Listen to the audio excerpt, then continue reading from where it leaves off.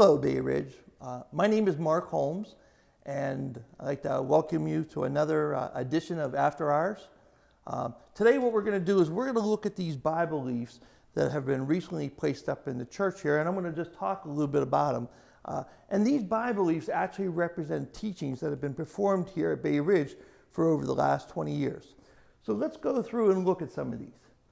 The first leaf over here is on a 1599 Geneva Bible, and it's on the Shamal. And the Shamal is something that Brett shares on when he does his baby dedications. The next leaf here is on Acts 2:42. This comes from the series that Brett had done, actually started in 1996, on the means of grace. An excellent series, really, really good. The next leaf over here is from a 1611 King James Bible. Now this is actually the very first year of the King James Bible. And this series is on the greatest commandment here. And that, again, this comes from the Shamal, Deuteronomy 6 verses 5. And Brett had done a series on this back in, on the true foundations of true joy back in 2000. This leaf over here is from our catechism, question number 1. What is the chief end of man? To glorify God and enjoy Him forever. Here is a 1735 map on Israel. And this leaf over here is from a 1607 Geneva Bible. And it's on from Isaiah. And Brett had done a series in Isaiah back in 2009. This leaf here is from William Tyndale. Now, William Tyndale is the person that we get our printed English Bible New Testament from. He had a desire to put the Bible into the language of the people, so much so that the leaf that you're looking for, he actually died for. He will be burned at the stake for giving us the Bible into the language in the English language.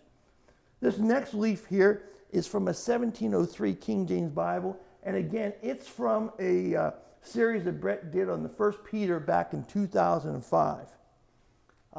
This next leaf here is from a Greek Bible. It's a Greek leaf, and frankly, it's just Greek to me.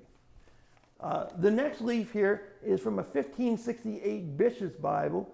It's from 2 Samuel. And as you know, we're doing our series right now on the Game of Thrones. So this is a very current leaf that we're looking at right now, and it's on the Game of Thrones. This one here is from a 1580 Bible. It's from Psalm 51. And Brett had taught on the Psalms back in 2003. We're going to bypass this leaf here. This here is from a 1538 Miles Coverdale Bible. And Miles Coverdale is the one who gives us the complete English Bible. And this last leaf here is from a 1590 Latin Bible. It's on the book of Amos. And Brett had done a series on Amos back in 2000. So this gets back to our last leaf here. And this last leaf here is again from the Isaiah 37. And it's on the power of prayer. Now, Hezekiah had found himself surrounded by Sennacherib. In fact, we have archaeological evidence that also shows this. And in the archaeological evidence, Sennacherib talks about having Hezekiah caged like a bird. But what Hezekiah does then, he prays and he asks the Lord to intercede for him. And sure enough, the Lord does that. And in Isaiah there will come and he will give this word to Hezekiah that God had heard his prayer. And one night, the angel of the Lord then slew 185,000 of Sennacherib's troops. And the Sennacherib and his troops then would go back to Assyria.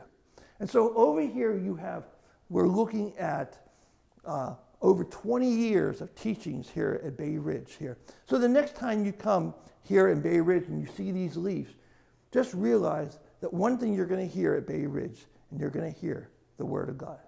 So thank you very much for listening to me, and have a blessed week.